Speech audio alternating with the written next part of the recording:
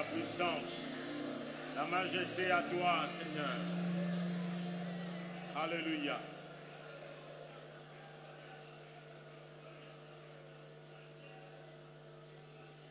Sans toi, nous ne pouvons rien, Seigneur. Saint-Esprit, c'est toi qui viens honorer Jésus. C'est toi qui nous conduis dans toute la vérité. Tu as dit, vous connaîtrez la vérité et la vérité vous affranchira.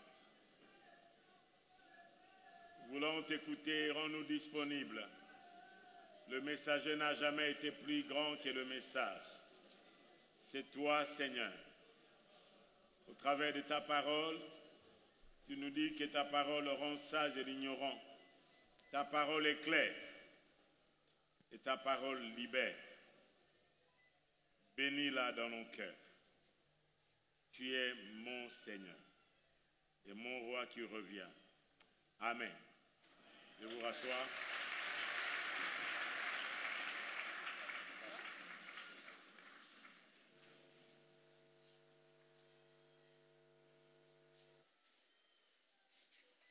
Lève-toi, abri, quand ta lumière arrive.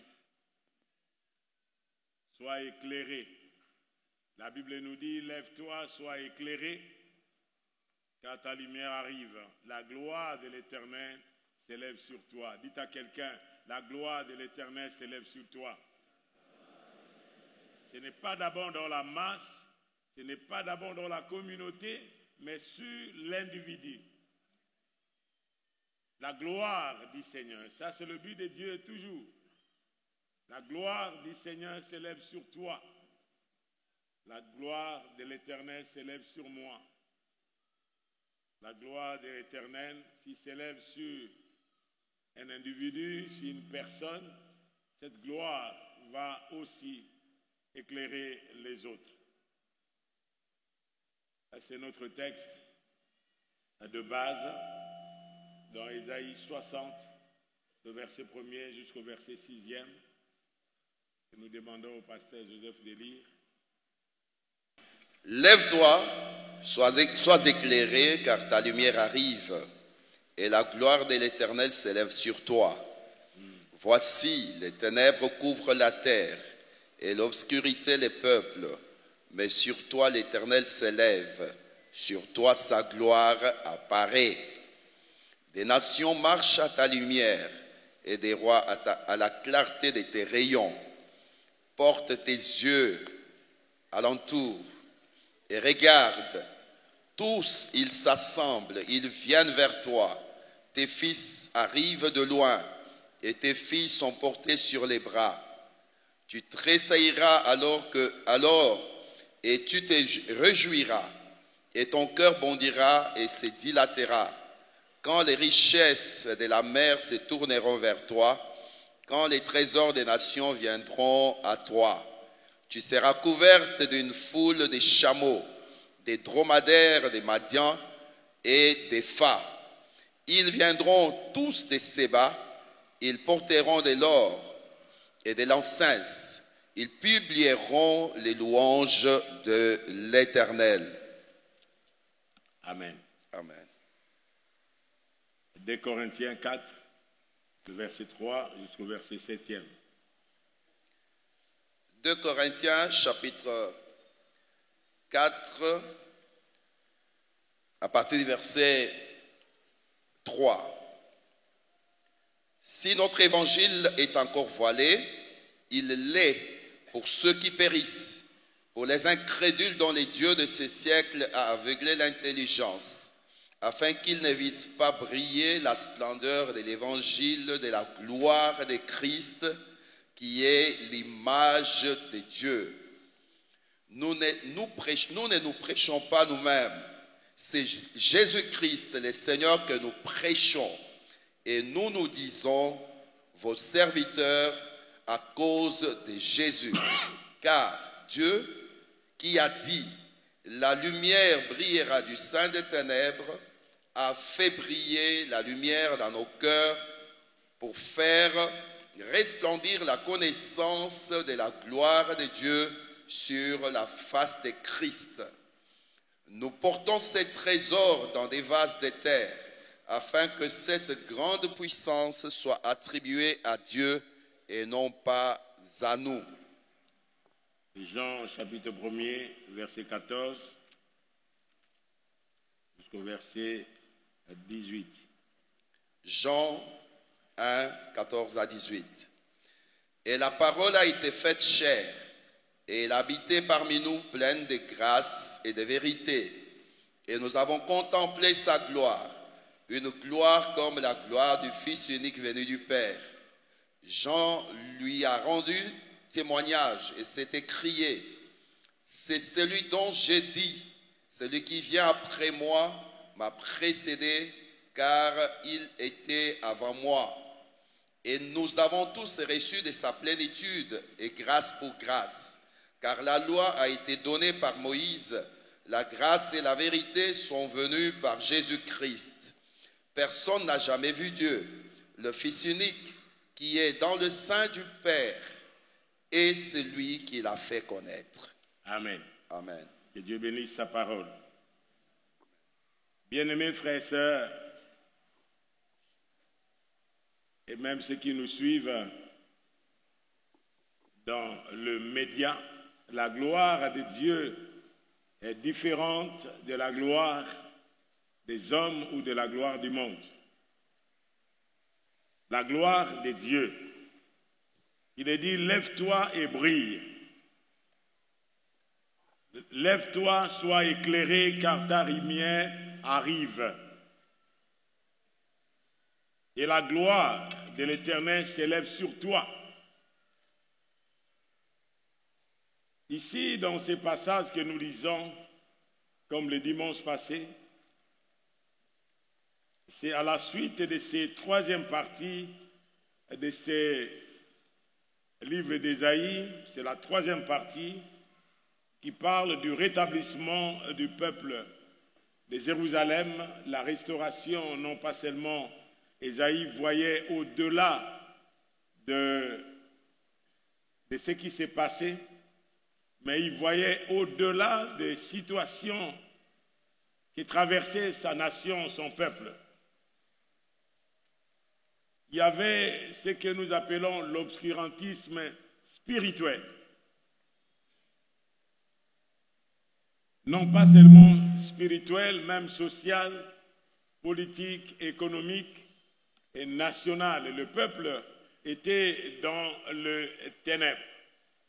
Pourquoi ces ténèbres-là provenaient de leurs actions? Il y a quelqu'un qui a dit que le continent africain n'est pas noir seulement à cause de la noirceur de la peau, mais à cause de la noirceur des ténèbres. C'est comme si l'occultisme était seulement en Afrique ou la sorcellerie.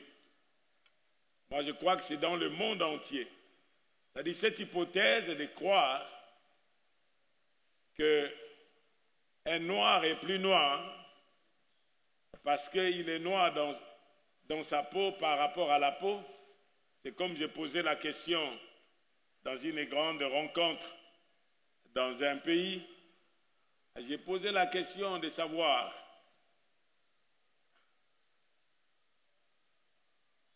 cette couleur c'est quoi? Et ils m'ont répondu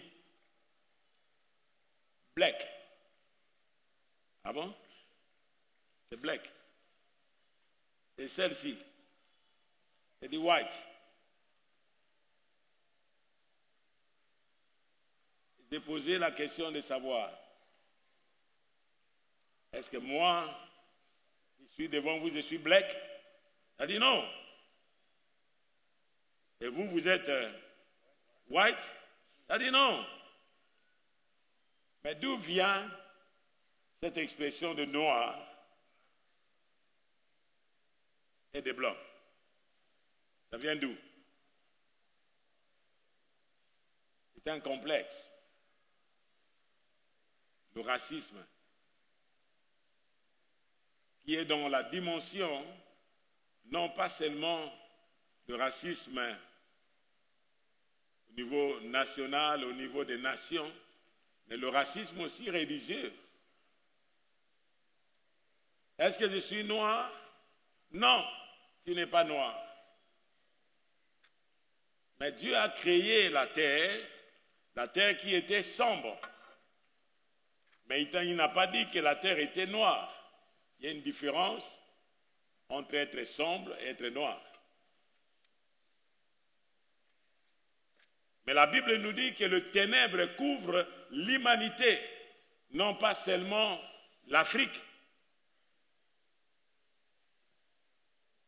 Mais il dit, lève-toi.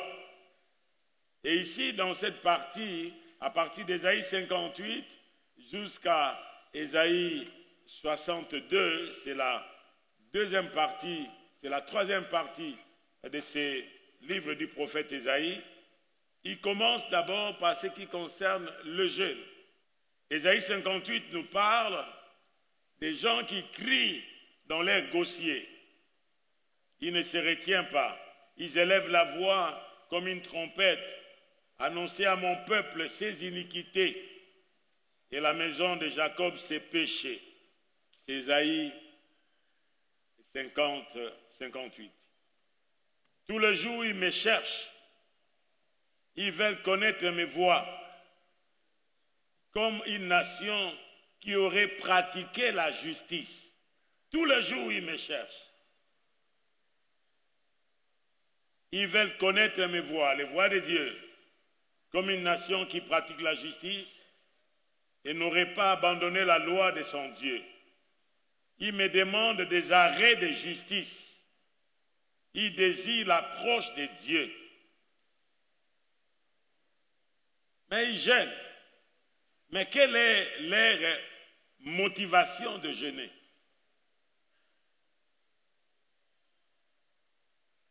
Ils demandent des arrêts de justice et sans justice. Ils gênent, mais ils gênent pour qui? Ça peut devenir ce qu'on peut appeler grève de faim.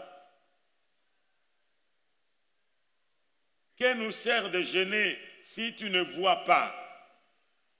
De mortifier notre âme s'il n'y a point égard. Voici le jour de votre jeûne, vous vous livrez à vos penchants et vous traitez durement vos mercenaires. Et lorsque vous lisez ça, c'est l'obscurité qui se retrouvait au milieu du peuple de Dieu qui priait.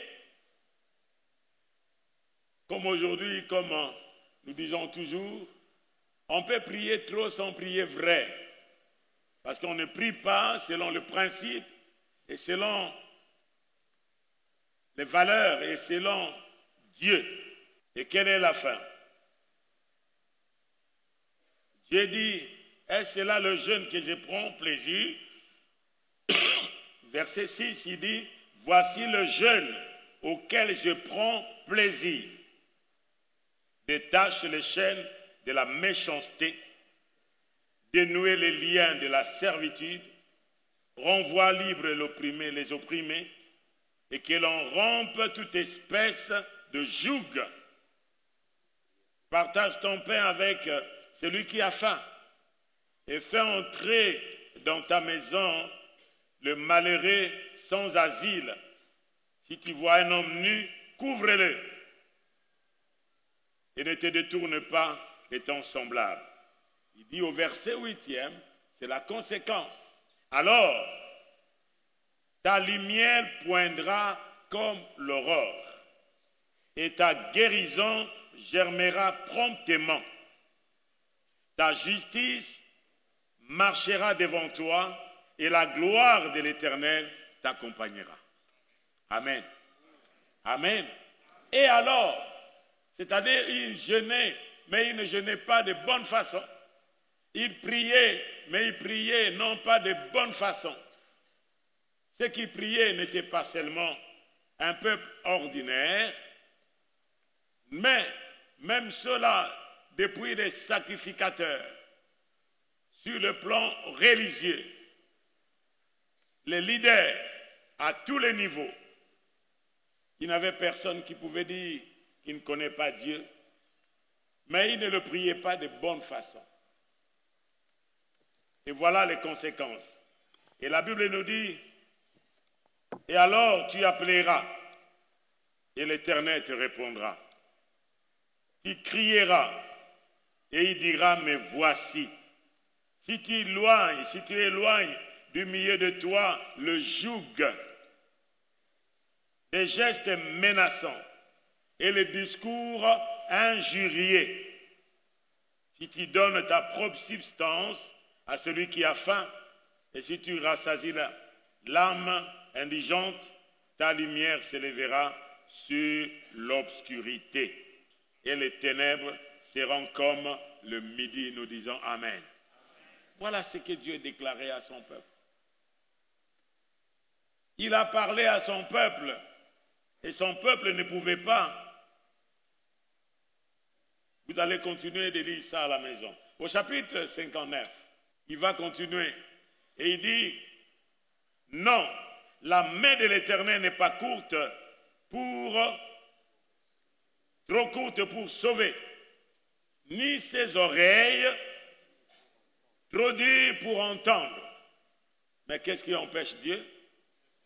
Mais ce sont vos crimes qui mettent une séparation entre vous et votre Dieu. Ce sont vos péchés qui vous cachent sa face et l'empêchent de vous écouter. Car vos mains sont souillées par le sang et vos doigts de crime, vos lèvres profèrent des mensonges et votre langue fait entendre l'iniquité. Ni ne se plaît avec justice, ni ne plaide avec droiture. Ils s'appuient sur des choses vaines, disent des faussetés et conçoivent le mal et enfantent les crimes. Et la suite est là. C'est pourquoi, il dit au verset 29e, c'est pourquoi l'arrêt de délivrance est éloigné de nous. Et le salut ne nous atteint pas. Et nous attendons la lumière, et voici quoi? Les ténèbres. La clarté, et nous marchons dans l'obscurité. Nous tâtonnons comme des aveugles le long d'un mur. Nous tâtonnons comme ceux qui n'ont point d'yeux. Nous chancelons à midi comme des nuits. Au milieu de l'abondance, nous ressemblons comme des morts. Est-ce que ce n'est pas vrai ça? Est-ce que ce n'est pas vrai? Ce n'est pas la condition du Congo? Au milieu de l'abondance, nous ressemblons comme des morts. Nous grondons tout comme des ours. Nous gémissons comme des colombes. Nous attendons la délivrance et elle n'est pas là. Le salut, et il est loin de nous. Car vos transgressions sont nombreuses devant moi et vos péchés témoignent contre nous. Et nos péchés témoignent contre nous. Nos transgressions sont avec nous et nous connaissons nos crimes. Nous avons été coupables et infidèles envers l'Éternel. Nous avons abandonné notre Dieu et nous avons proféré la violence et la révolte, conçue et méditée dans le cœur des paroles de mensonges. Et la délivrance s'est retirée et le salut se tient éloigné, car la vérité trébuche dans la place publique et la droiture ne peut approcher. La vérité a disparu et celui qui s'éloigne du mal est dépouillé. Voilà la condition. Maintenant, Dieu, lorsqu'il parle à tout le monde, il parle à son peuple. Maintenant, il revient en charge pour que chacun puisse voir sa propre condition. C'est pourquoi il dit, lève-toi, sois éclairé, au chapitre 60, car ta lumière arrive et la gloire de l'Éternel s'élève sur toi. Amen. Lève-toi, sois éclairé, la gloire de l'Éternel. Lève-toi, sois éclairé. Est-ce la personne qu'on demande de s'élever? Il est comment? Il est comment? Il est dans quel état? Il est dans quel état? Soit assis, soit couché, soit alité ou couché. On ne peut pas demander à quelqu'un qui est debout, lève-toi. Est-ce que nous aujourd'hui, nous sommes alités? Non, non, nous sommes assis. Mais son peuple, est-ce que son peuple était couché? Non. Dans le livre de Matthieu 25, nous allons voir ce qui se passera. Ici, la parabole des 10 vierges. Il y avait les 5 folles et les 5 sages. Le verset 3e. Les folles, en prenant leurs lampes, ils ne prirent point l'huile avec elles. Mais les sages prirent avec elles la lampe, de l'huile dans les vases. Verset 5, lisons ensemble. Comme l'époux tardait, toutes ont fait quoi? S'assoupir et s'endormir. Comme l'époux tardait encore, toutes, elles toutes, même ceux qui avaient de l'huile, même ceux qui paraissaient sages, même ceux-là qui avaient préparé de l'huile, les folles n'avaient pas d'huile. Les sages avaient de l'huile, mais ils devaient garder l'huile et éveiller. Mais et les sages et les folles, la Bible nous dit que tous s'assoupirent et s'endormirent. Et ce n'est pas la condition qui est actuellement. Pourquoi les sages pouvaient-elles s'assoupir comme les folles?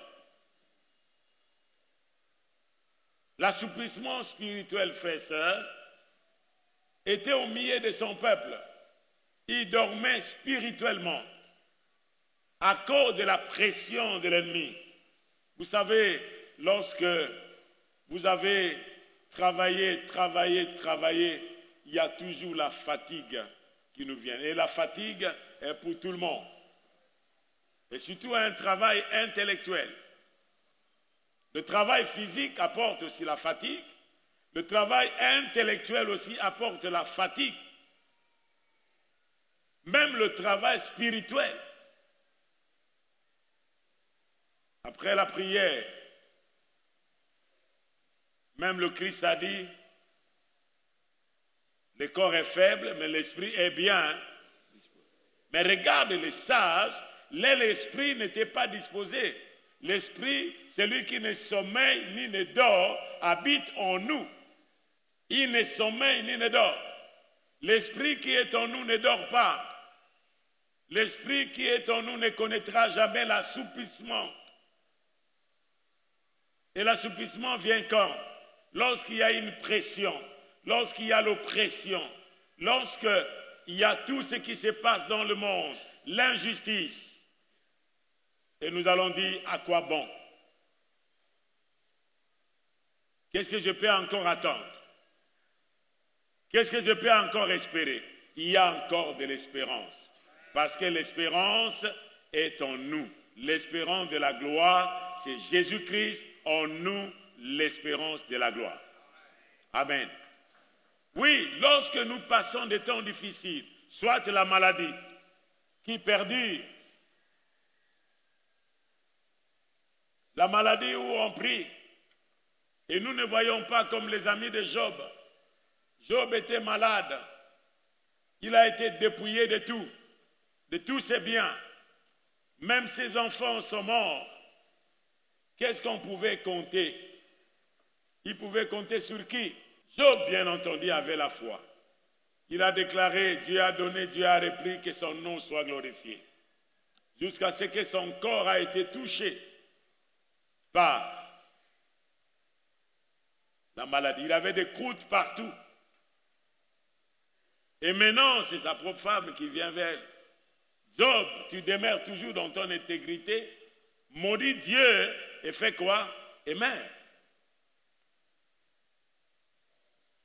Et non pas seulement qu'il maudit Dieu et meurt, Job a dit à sa femme, parce qu'il était réveillé. Amen. Qu'est-ce que Job a répondu à sa femme? Est-ce que nous aimons Dieu seulement pour les choses que nous escomptons. Quand tout va bien et quand tout va mal, moi je vais maudire Dieu. Dieu a donné et Dieu a repris. Que son nom soit glorifié. Et la Bible nous dit que dans tout cela, Job ne maudit pas Dieu par ses paroles. Et nous disons Amen. Il n'a pas maudit Dieu par ses paroles. Frères et sœurs, ne maudissons pas Dieu dans le secret et ne maudissons pas Dieu par nos paroles, parce que tout autour de nous, tout semble ne pas marcher. Il y a quelqu'un qui dit Souzou, qui a dit, lorsque tout semble, lorsque vous priez et que vous voyez que tout semble le contraire de ce que vous priez, c'est que la solution est à la porte. Alléluia. Alléluia. Frères et sœurs, nous ne pouvons pas croire que tout ira comme nous voulons. Celui qui nous conduit, c'est Dieu. Celui qui conduit l'histoire de ce monde qui est l'alpha et l'oméga, c'est Dieu. Il conduit ce monde vers sa fin. Notre Dieu, ce n'est pas un Dieu cyclique où tout ce qui a été, c'est ce qui sera. Moi, je ne crois pas à cela. Dieu est l'alpha et l'oméga. Il est en train d'amener l'histoire vers son accomplissement. Comme il a dit que le ciel et la terre passeront, mais sa parole ne passera jamais. Il a dit que nous attendons un nouveau ciel ou une nouvelle terre où la justice habitera. Dieu lui-même s'élèvera. Il s'élève toujours le dernier. C'est pourquoi Job va déclarer à sa femme, oui, je sais que mon Rédempteur est vivant. Il s'élève toujours le dernier. Même si je n'aurai pas ce corps, cette chair, moi, je verrai Dieu. Amen. Il le verra avec quel corps? C'est qu'il y a un corps glorieux, un corps spirituel. Et ce corps spirituel, nous ne l'avons pas seulement lorsque nous mourons. Ce corps spirituel, nous l'avons. Nous l'avons lorsque nous avons Jésus-Christ en nous, dans notre cœur et dans notre vie, car la Bible nous dit, à tous ceux qui l'ont reçu, à ceux qui croient en son nom, elle a donné le pouvoir de devenir enfants de Dieu. Amen. Si Dieu habite en nous, comme le Christ a dit, celui qui croit en moi, mon Père, qui m'aime, mon Père l'aimera, et nous viendrons et nous ferons chez lui notre demeure. C'est-à-dire Dieu fera chez nous. Il s'assoupit. C'est-à-dire il y a eu le sommeil. Et les sages et les folles, les vierges, comme l'époux tardait. Frères et sœurs, votre situation, soit la guérison, soit l'intervention de Dieu dans votre vie, lorsque ça tarde, il y a toujours un découragement. Lorsque ça tarde, il y a toujours un questionnement. C'est là que vient le sommeil. C'est pourquoi la Bible nous dit, réveille-toi, toi qui dors, sois éclairé. Amen. Réveille-toi, toi qui dors. Christ t'éclairera. Et lorsque le Seigneur t'éclaire, oui, vous allez dormir, vous allez vous assoupir dans le corps, bien entendu, parce que Dieu a fait que nous puissions nous reposer. Lui-même s'est reposé le 7e jour. Nous nous reposerons, mais notre être intérieur, nos pensées, notre esprit sera en Christ. Amen. Amen. Et voilà, ici dans ces textes, il dit, lève-toi, sois éclairé. La gloire, c'est quoi? La gloire, ce n'est pas l'auréole sur la tête. La gloire, c'est ce qui est pesant. C'est ce qui est lourd. La gloire, c'est la manifestation de Dieu. La gloire, c'est la présence même de Dieu. Les enfants d'Israël, ils ont commis le péché au temps d'Élie, dans le temple, même dans les offrandes, même dans tout ce qu'ils faisaient. Et la Bible nous dit qu'en ces temps-là, ils n'avaient pas, la parole du Seigneur était rare. Et Élie s'assoupissait. Il était vieux, il était devenu trop lourd. Et en devenant trop lourd, la Bible nous dit qu'il y a eu un jeune homme qui s'appelle Samuel. Dieu a demandé. J'ai demandé à Dieu. C'est la réponse de la prière d'Anne. Et cet enfant est né au milieu de cette situation où il y avait les ténèbres dans le sacerdoce, il y avait les ténèbres dans la nation, c'était le juge. Lorsque Dieu a suscité le juge, parce que les enfants d'Israël ont commis un péché, qu'est-ce qu'ils ont fait? Après la mort de Josué et des anciens qui étaient avec lui, il s'éleva une génération qui ne connaissait point l'Éternel. Et l'Éternel les a livrés, c'est les Madians. Pourquoi? Parce qu'ils ont commis le péché et Dieu les a livrés. Et chaque fois qu'ils criaient à Dieu, Dieu répondait en suscitant un leader, un juge. Et comme il suscitait ces juges, les juges opéraient avec l'Esprit de Dieu et après la mort de juge, tout recommençait. Tout recommençait à zéro. Et la Bible nous dit que ces jours-là, Dieu avait besoin d'un sacrificateur. Israël avait besoin de qui? Du roi. C'est pourquoi ils ont demandé même un roi. Mais Dieu avait besoin du sacrificateur qui donne l'onction au roi. Mais Israël avait besoin du roi. Mais il a fallu un sacrificateur. Frère, l'Église est la colonne et le soutien de la vérité. L'Église, c'est l'agent de Dieu dans le monde. L'Église, c'est l'expression de Dieu dans le monde. Moi, je fustige cette histoire où les gens disent l'Église au milieu du village. L'Église n'a jamais été au village. Est-ce que quelqu'un m'entend, s'il vous plaît? L'Église, c'est la voix prophétique de Dieu. L'Église annonce, dénonce et avertit. Est-ce que quelqu'un m'entend, s'il vous plaît? Nous avertissons quoi?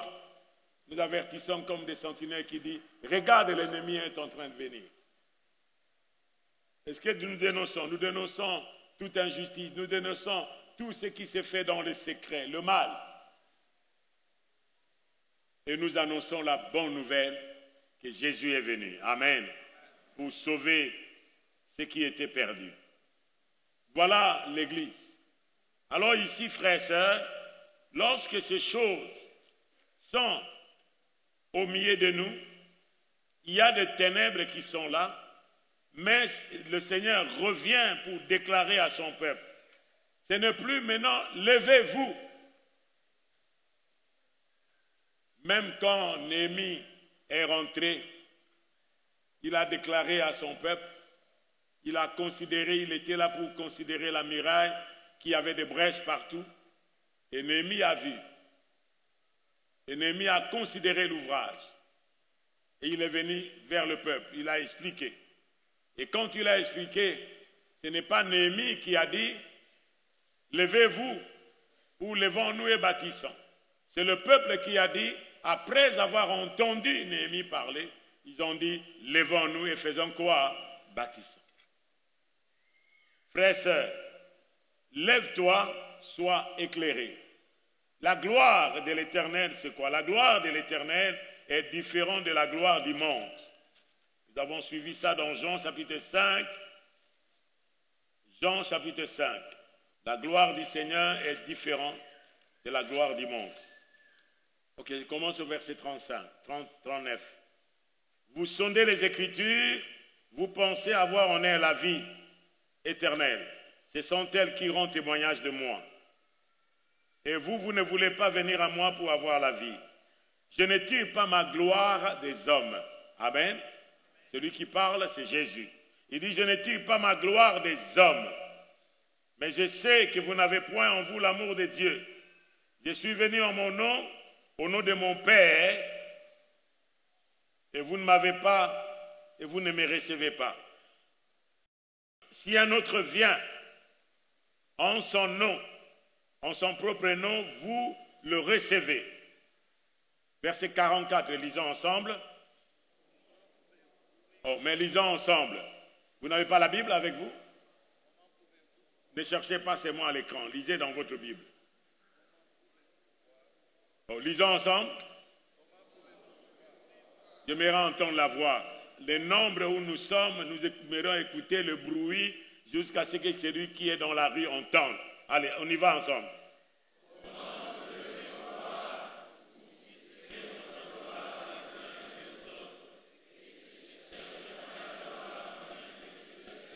Voilà. Il y a les autres qui cherchent la gloire, les uns, les autres, mais qui ne cherchent pas la gloire de Dieu. C'est qu'il y a une différence entre la gloire des hommes et la gloire de qui? De Dieu. Regarde ce que le diable a dit à Jésus. Fléchis les genoux et je te donnerai tout ceci parce que ceci m'a été donné. Il lui a montré les royaumes du monde, tous les royaumes du monde et leur gloire. Les royaumes du monde et leur gloire. Il a montré à Jésus. Pour que Jésus soit quoi? Influencé, c'est lui la gloire de Dieu. Amen. Amen. Il a dit ne cherchez pas sa gloire des hommes, mais il cherche la gloire qui vient de Dieu. S'ils cherchaient la gloire qui vient de Dieu, ils auraient dû voir en Jésus-Christ la manifestation de la gloire de Dieu. La question est la suivante. La première question que nous avons posée ce jour-là, qui est la gloire de Dieu? Et où est la gloire de Dieu? Le caveau de Dieu, la réponse était dans Jean, chapitre 1er, le verset, là où le passage que je venais de lire, le verset 14 à 18. La parole a été faite chair, et elle a habité parmi nous plein de grâce. Amen. Plein de quoi? Et de vérité. Et la partie B, nous avons contemplé quoi? Sa gloire. Une gloire comme la gloire du Fils unique venu de qui? Du Père. Qui est la gloire de Dieu? Il est dit que toute la plénitude de la divinité de Dieu habite en Christ. Hébreux chapitre 1er. Hébreux chapitre 1er.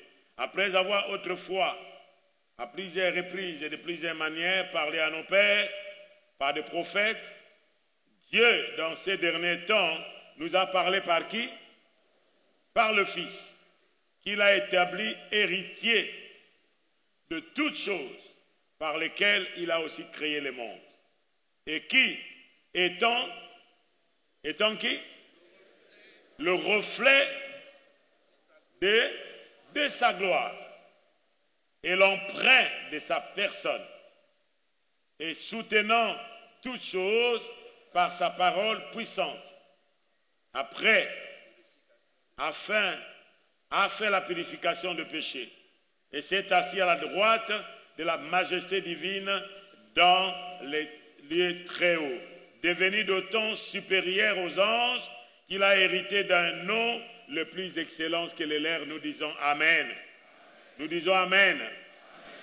Après avoir parlé aux hommes, maintenant dans les derniers, Dieu a parlé au monde par le Fils qu'il a établi héritier de toutes choses, par lequel il a aussi créé le monde, et qui étant le reflet de sa gloire. Alléluia. Si vous voulez chercher la gloire de Dieu, il faut chercher qui d'abord? Jésus. Parce qu'on ne peut pas acclamer Jésus.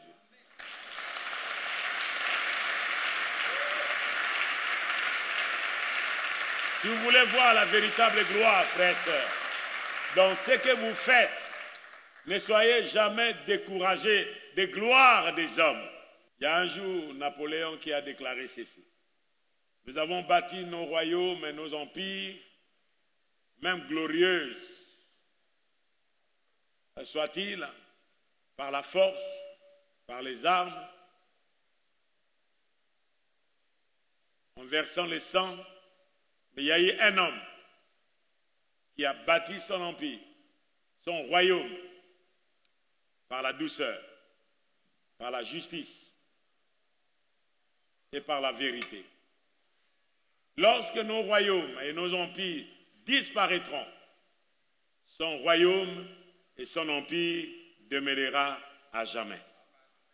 Il parlait de qui? Il parlait de Jésus. Vous savez, il y a certaines personnes, frères et sœurs, même dans les derniers de leur vie, les derniers jours de leur vie, dans leur gloire, dans le sommet des gloires, ils voient toujours qu'il y a quelque chose qui manque. Parce qu'il manque celui qui est la véritable gloire, c'est Jésus-Christ. C'est la présence de Dieu, c'est la gloire. Amen. Amen. Frères, cherchez d'abord, c'est pourquoi la Bible nous dit, cherchez d'abord le royaume et la justice de Dieu, et toutes choses vous seront données par surcroît. La gloire de Dieu, le reflet de la gloire de Dieu. Et Dieu veut aussi que nous soyons le reflet de sa gloire. Qui est la gloire de Dieu? C'est Jésus. Amen. Le reflet de la gloire de Dieu. C'est pourquoi il est dit, vous êtes la lumière du monde et vous êtes le sel de la terre.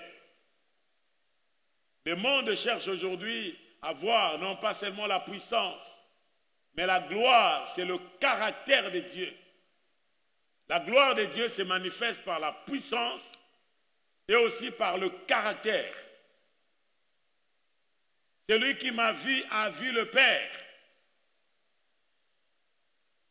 C'est Dieu immanent, c'est Dieu transcendant plutôt, élevé au-dessus des cieux. C'est Dieu est devenu immanent, habitant au milieu des hommes. Il a touché les malades, il a touché les lépreux, des personnes que le monde rejetait. Lui est allé vers eux. Ceux-là qui étaient à l'écart, qui n'étaient pas considérés, lui les a considérés. Et même ses disciples, la Bible nous dit qu'ils étaient des personnes sans instruction.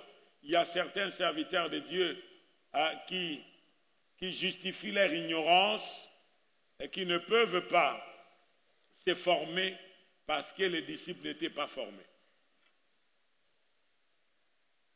Par ces textes, il est dit, ils étaient des hommes du peuple sans instruction, mais ils les ont reconnus d'avoir été avec qui?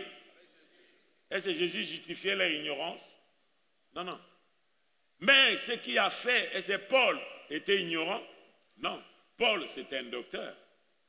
Mais regarde Paul, dans sa connaissance, dans tout ce qu'il était érudit, Paul est devenu meurtrier. Il tuait. Mais lorsqu'il a rencontré cette lumière sur le chemin de Damas, la Bible nous dit que cette lumière l'a éclairé. Il n'a pas dit que c'était le soleil, mais la lumière a éclairé Paul sur le chemin de Damas où il allait pour tuer. Frères et sœurs, alors que l'Église était en prière, frères et sœurs, moi je crois à la puissance de la prière.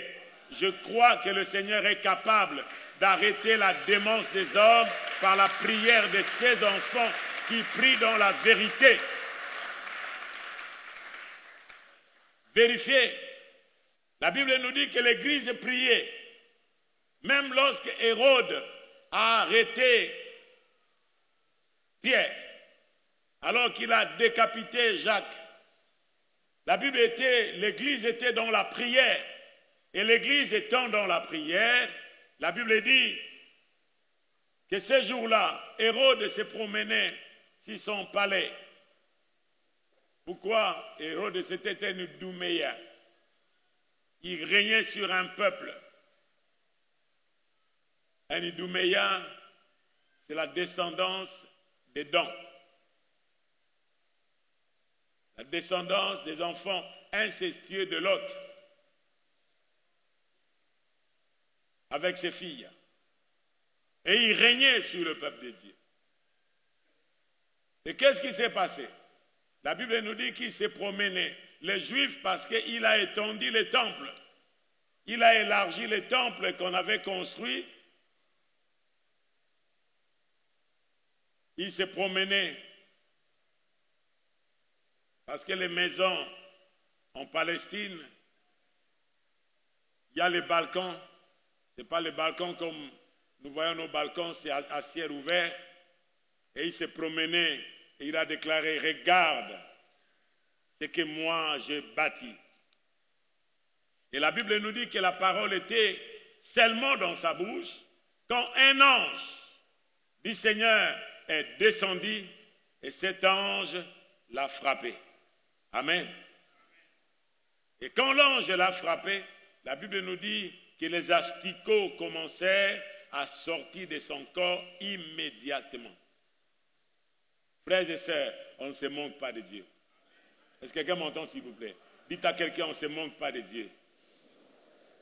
Si le Dieu tarde dans sa justice, cela ne veut pas dire qu'il est faible. Dieu est un Dieu grand, est un Dieu puissant, est un Dieu glorieux et qui peut faire ce qu'il veut. Il ne le fait pas à cause de nous, il ne le fait pas à cause d'un homme, mais il le fait à cause de son nom. Et en réponse à la prière de ceux-là qui les cherchent dans la vérité. C'est pourquoi, même quand nous gênons, lorsque vous lisez le chapitre 58, chapitre 59, le problème d'Israël qui s'est retrouvé jusqu'à aller en exil, jusqu'à ce que les méchants sont venus dans leur nation, ils regardaient seulement les autres. Ils ne pouvaient pas regarder leur vie. Ils ne pouvaient pas regarder comment ils marchaient. Deuxième question. Comment cette gloire se manifeste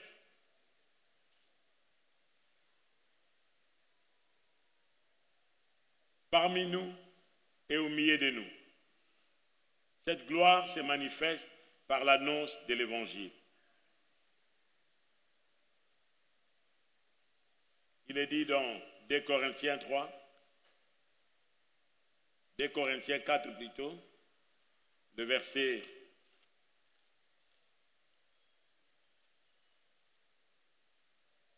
2 Corinthiens 4, verset 3.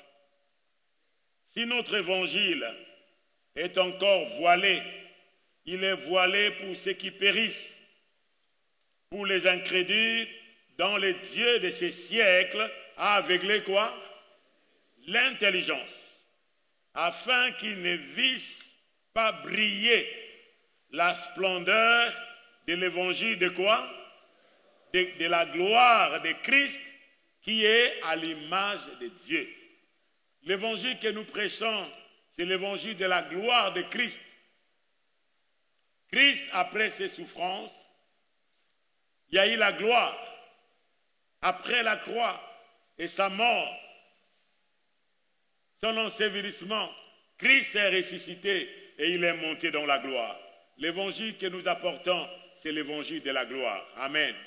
L'évangile de la kavod, de la présence de Dieu qui vient pour libérer, pour sauver. Briller l'évangile de la gloire de Christ qui est à l'image de Dieu. Et quand et où doit briller cette gloire? Cette gloire de l'évangile, il est clair où? Il est clair, le verset 5e, nous ne nous prêchons pas nous-mêmes, c'est Jésus-Christ le Seigneur que nous prêchons. Et nous nous disons vos serviteurs à cause de Jésus. Car Dieu, lisons le verset 6e ensemble, car Dieu qui a dit la lumière brillera au sein des ténèbres, a fait briller la lumière où c'est? Pour faire resplendir la connaissance de quoi? De la gloire de Dieu sur la face de Christ. Les ténèbres sont dans le cœur. Lève-toi et brille. Il faut que le Seigneur illumine nos cœurs par l'évangile, alors que nous allons nous connaître comme Dieu nous connaît. Nous allons voir ce qui est en nous-mêmes avant de voir ce qui est dans l'autre. Avant de voir ce qui est dans le monde. C'est pourquoi il nous éclaire, nous, et lorsque nous nous sommes éclairés, nous amenons cette lumière vers les autres qui sont aussi dans les ténèbres comme nous étions. Paul nous dit dans Éphésiens 2, nous étions de leur nombre. nous avons été conduits par le prince de la puissance de l'air. Et nous avons besoin que cette lumière brille dans nos cœurs. Lève-toi, sois éclairé, car ta lumière arrive. Jésus, la lumière, est déjà arrivée il y a déjà 2000 ans. Amen. Et c'est ce Jésus-là que nous voulons apporter partout où nous sommes. Non pas seulement lorsque nous venons ici, entre les quatre murs, ou lorsque nous venons le dimanche matin, ou dans nos rencontres. Frères et sœurs, reflétons Jésus partout où nous sommes. Est-ce que quelqu'un m'entend, s'il vous plaît? Aujourd'hui, dans notre nation, il y a un scandale. Qu'est-ce que l'on dit? Nous sommes combien? Moi, j'ai dit combien de croyants? On ne peut pas dire combien de chrétiens. Parce que s'il y avait chrétien, c'est comme Christ. Nous allions influencer un continent, le pays comme l'Amérique. Lorsque nous voyons quoi que maintenant, ce qui est écrit a été terni à cause de l'occultisme, à cause des sociétés secrètes, à cause de toutes ces lois qui sont en train de voter, même l'Europe. Avant le siècle de la lumière, l'Occident, les valeurs qu'il y a aujourd'hui lorsque vous écoutez qu'on doit remettre les dettes, lorsqu'ils ont contracté les dettes, et vous écoutez souvent, il faut qu'il y ait la remise des dettes. Ils ont trouvé ça où? Dans la parole de Dieu, où à une année donnée, il faut remettre les dettes de ceux-là qui ont contracté les dettes vers vous. Il faut les remettre. Ils ont trouvé ça où? À la 50e année, il faut remettre les dettes. Ils ont trouvé ça où? C'est dans la parole de Dieu. Lorsque nous voyons les humanitaires qui viennent nous aider, quoique aujourd'hui ça a été corrompu à cause de tout ce qui est des mensonges, des opérations retour qui s'effectuent, mais l'humanitaire, où l'Europe vient aujourd'hui nous assister, nous, à quel soubassement? À comme soubassement la parole de Dieu. Amen. Amen. Quoiqu'aujourd'hui c'est devenu une affaire, mais c'était d'abord le soubassement de la parole de Dieu en Amérique. Même dans leur monnaie, c'est écrit. Les autres sont en train de nous parler de l'illumination. Écoutez-moi, s'il vous plaît. Ça existe. On ne peut pas ignorer toutes ces choses qui se font dans le monde. Mais une God I trust, ça ne vient pas de l'illumination, ça venait d'une conviction de la foi. Est-ce que quelqu'un m'entend, s'il vous plaît? Mais pourquoi aujourd'hui? Pourquoi en Angleterre, il y avait la devise « Dieu est mon droit ». Même s'ils sont allés coloniser, ils sont allés créer l'apartheid en Afrique du Sud, ils avaient comme devise « Dieu est mon droit ». Où est-ce qu'ils ont trouvé ça? Ils ont trouvé ça dans le fondement de la parole de Dieu. Et plus tard, ces choses ont commencé à être ternies, et finalement, c'est devenu la mort et l'obscurantisme spirituel est entré dans leur vie. Aujourd'hui, la vie humaine n'est plus même pas considérée. Frères et sœurs, quand et où doit briller la gloire de Dieu? C'est dans nos cœurs. Nous disons la gloire de Dieu doit être brillée dans le cœur. Les ténèbres ne sont pas seulement dans l'obscurité que nous voyons quand il fait soir. Les ténèbres sont dans le cœur de ceux qui n'ont pas Christ. Même ceux qui ont Christ, nous avons besoin d'être transformés de gloire en gloire. 2 Corinthiens 3. 2 Corinthiens 3, le verset 15. Je commence au verset 14. Mais ils sont devenus durs d'entendement, car jusqu'à ce jour, le même voile demeure quand ils font la lecture de l'Ancien Testament. Ouais, c'est pourquoi vous voyez l'unique Éthiopien, quand il lisait, il ne comprenait pas. Il a fallu Philippe à côté de lui, il a posé la question à Philippe. Mais ces prophètes, il parle de lui-même. De qui ces prophètes parlent-ils? Est-ce de lui-même ou de quelqu'un d'autre? Et Philippe, à partir de ses écrits, il lui a expliqué, c'est la personne de Jésus-Christ. Amen. Amen. Et quand il lui a expliqué, arrivé au point d'eau, ce n'est pas Philippe qui lui a dit qu'il soit baptisé. Non, non, c'est lui-même qui va montrer à Philippe, voici de l'eau. Qu'est-ce qui m'empêche d'être baptisé? C'est lui. Comment il a su? Il faut qu'il s'identifie à Christ. Il faut qu'il prenne, qu'il soit identifié à la mort et à la résurrection de Christ. Voici de l'eau. Qu'est-ce qui m'empêche d'être baptisé? Et la Bible nous dit qu'ils sont descendus et quand il a été immergé dans l'eau et quand il est sorti, la Bible nous dit que Philippe était parti. Et quand Philippe est parti, la Bible nous dit que l'unique a continué son chemin joyeux, alors qu'il venait de Jérusalem adorer Dieu, mais l'adoration qui n'a pas rencontré l'objet de son adoration. Il y a des autres qui peuvent venir ici à l'église, qui rentrent sans rencontrer l'objet de votre adoration. Qui est l'objet de votre adoration? Ce n'est même pas ce sanctuaire que nous avons dédié, ce n'est même pas la personne qui est devant vous, mais l'objet de notre adoration, l'objet de notre culte que nous venons de rendre en ces lieux, c'est Jésus-Christ. Est-ce que quelqu'un m'entend, s'il vous plaît?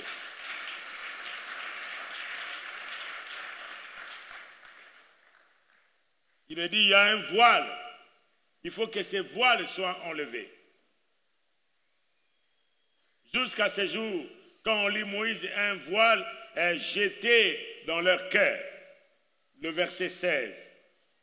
Mais lorsque le cœur se convertisse au Seigneur, le voile est ôté. Et le Seigneur, c'est l'Esprit. Et là où est l'Esprit du Seigneur, c'est là où il y a quoi? La liberté. La peur est bannie. L'incertitude est bannie. L'angoisse est bannie. Et nous tous, qui, le visage découvert, contemplant comme dans un miroir la gloire du Seigneur, et nous sommes transformés en la même image de gloire en gloire, comme par le Seigneur l'Esprit. Nous sommes transformés. La gloire ne vient pas immédiatement et nous voyons tout. Cette nuit, je dormais. Et qu'est-ce que je vis? Il y avait une grande masse. Des gens étaient là. Et vous voyez, quand vous voyagez, par exemple, pour ceux qui ont voyagé, et souvent, nous faisons quoi avec des valises? Filmer, nous filmons, n'est-ce pas ça? J'ai vu les gens qui étaient entourés de films, mais ces films étaient noirs. Ce n'était pas transparent. Et c'était un grand nombre. Ça allait jusqu'à dans les lieux le plus éloignés. Et ils étaient filmés, ils se débattaient, ils continuaient à se débattre. Et une personne venait, il venait comme une épée était dans sa main, il coupait, et ces gens sortaient de tout ce qu'on les a filmés. Et une voix m'a fait entendre, ça c'est mon peuple. Ça c'est mon peuple. Et très bientôt, il faut que ceux qui sont enveloppés soient coupés. Il faut qu'une personne de l'extérieur vienne couper ça pour qu'ils voient distinctement. Frères et sœurs, moi je crois que le Seigneur est en train de se manifester lui-même. On n'a pas besoin même pas de vos acclamations qui sont muées, qui sont muées comme ça. Vous savez, le Seigneur, quand il veut faire quelque chose, quand il commence une œuvre, il achève. Et ce que le Seigneur commence dans votre vie, laissez-lui achever. Et il va couper tout ce qui est en toi. Peut-être que vous ne voyez pas distinctement. Il y a les gens qui se débattent aujourd'hui parce qu'ils sont enfermés mains et pieds. Mais il faut qu'une personne extérieure qui vient avec l'épée de l'esprit de sa parole, il est dit que la parole du Seigneur est un marteau, la parole du Seigneur est un feu et la parole du Seigneur est une épée. Amen. Laisse que cette parole du Seigneur, qui est un marteau, si le cœur est dur, que cela soit brisé au nom de Jésus-Christ. Et si ce sont de rondes des épines, que le feu du Saint-Esprit vient brûler cela, et que si c'est quelque chose, il y a des liens, que l'épée de l'Esprit puisse remplir cela. Que le nom du Seigneur soit glorifié. Amen. Nous sommes transformés de gloire en gloire. Ce n'est pas quelque chose qui doit venir, frères et sœurs, immédiatement à la foi, même quand nous croyons, même quand nous avons cru. Nous avons le témoignage intérieur dans notre cœur, mais cette œuvre de l'Esprit n'est pas une œuvre instantanée. C'est une œuvre qui vient en nous progressivement. Mais celui qui a créé en nous le vouloir et le faire, il va agir. Amen. Amen. Notre problème, c'est comme le psalmiste dit, ma part, ô Éternel, c'est d'observer ta parole. Notre part, c'est d'observer la parole de Dieu, c'est de vivre dans la crainte de Dieu, dans la soumission à Dieu. Le reste, Dieu le fera, comme nous avons chanté ici. Il fera, il le fera certainement. Mettons-nous debout, s'il vous plaît.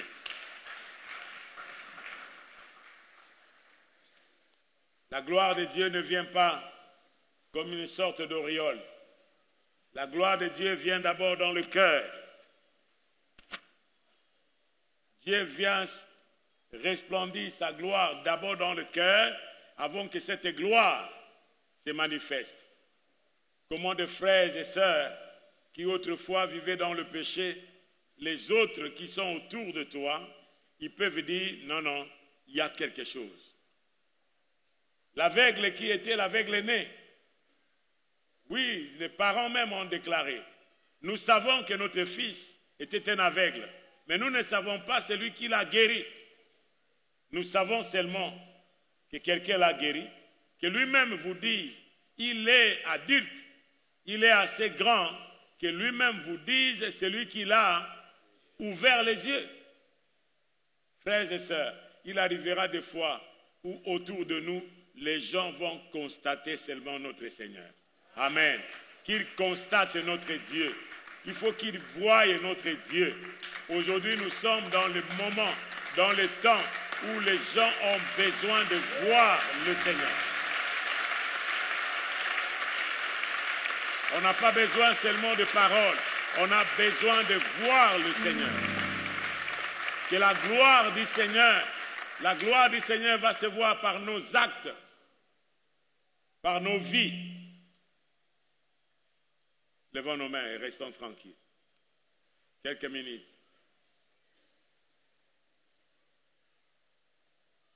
Alléluia.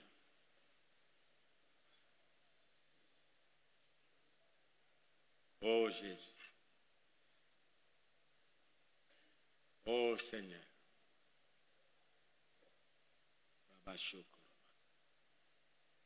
Sur toi. Il ne dit pas sur nous. Lève-toi, sois éclairé.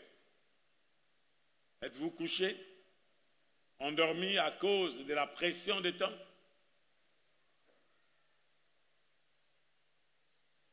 À cause de tout ce qui se passe autour de nous? Nous allons sombrer parce que nous sommes incapables. Nous voyons notre incapacité. Nous avons le vouloir, mais pas le pouvoir. Mais celui qui a le pouvoir te dit, lève-toi, sois éclairé, car ta lumière arrive. La gloire de l'Éternel s'élève sur toi. C'est lui qui va s'élever sur toi. Ne t'élève pas toi-même, mais laisse-lui. Mais il te demande seulement, sois éclairé. Sois éclairé. Lève-toi, sois éclairé par sa parole. Sois éclairé par l'évangile. Car sa parole est une lampe à nos pieds, une lumière sur nos chantiers. Car lui-même, Jésus est la lumière. Celui qui marche après lui ne marchera pas dans les ténèbres, mais il aura la lumière de la vie. Sois éclairé. Est-ce qu'aujourd'hui vous êtes comme cette personne qui est enfilée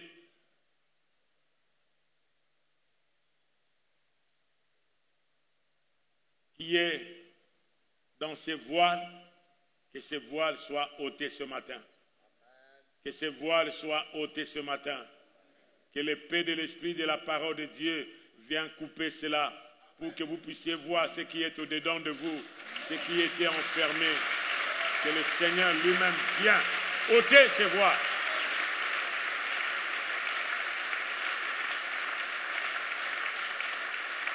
Que le Seigneur vienne ôter ces voiles.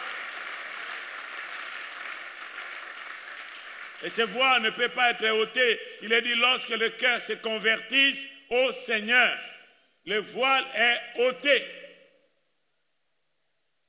Tourne-toi vers Dieu et lui va vous éclairer. Non pas seulement de sa lumière, mais de sa gloire. Commence à bénir le Seigneur avec tes propres mots. Bénissez le Seigneur.